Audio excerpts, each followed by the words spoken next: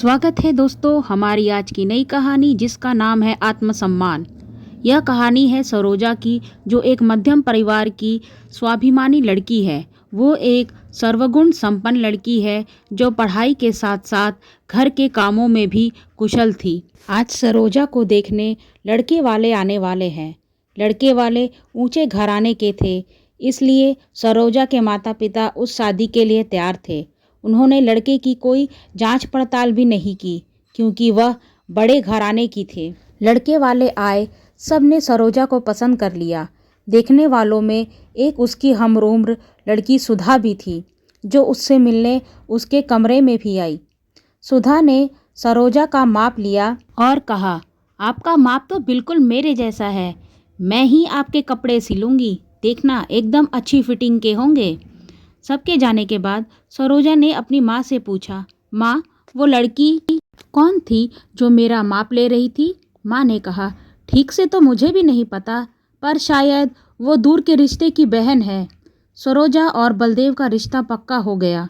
तय दिन पर बारात आई। शादी के लिए सरोजा के ससुराल से जो लहंगा आया था, वह लहंगा एकदम फिटिंग का था। सरोजा ने मन में सोचा, सुधा सही ही कह रही थी कि आपका लहंगा फिटिंग का सिलूंगी। वाकई सुधा ने बहुत ही सुंदर लहंगा सिला है। शादी की विधियां शुरू हुई। फिर सुबह तक सभी रस्म पूरे हुए। अब विदाई का भी समय आ पहुंचा। सरोजा विदा हो अपने ससुराल आ गई। ससुराल में उसका भव्य स्वागत हुआ।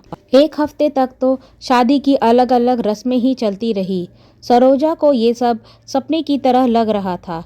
कितना अच्छा परिवार, प्यार करने वाला पति, और एक लड़की क्या चाहती है। धीरे धीरे समय बीतने लगा। अब शादी को 6 महीने हो गए थे।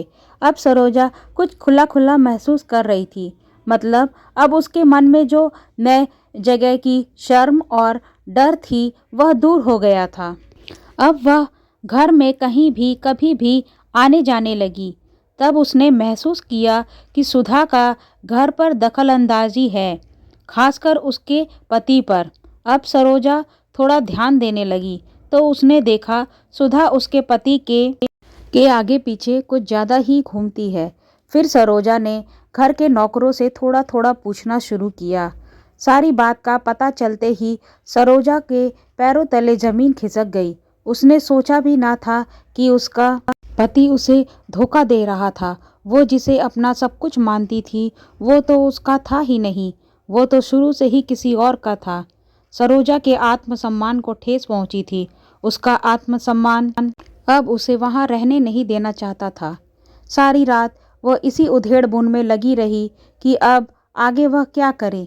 माता पिता के पास जाए या फिर अपनी ज़िंदगी अलग कहीं जाकर शुरू करे। फिर उसने अपने दिल को मजबूत बनाते हुए फैसला लिया कि अब वह बलदेव के साथ नहीं रहेगी।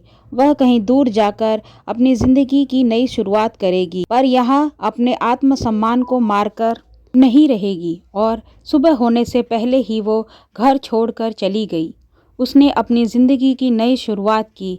एक स्कूल में बच्चों को पढ़ाने लगी। Thank you.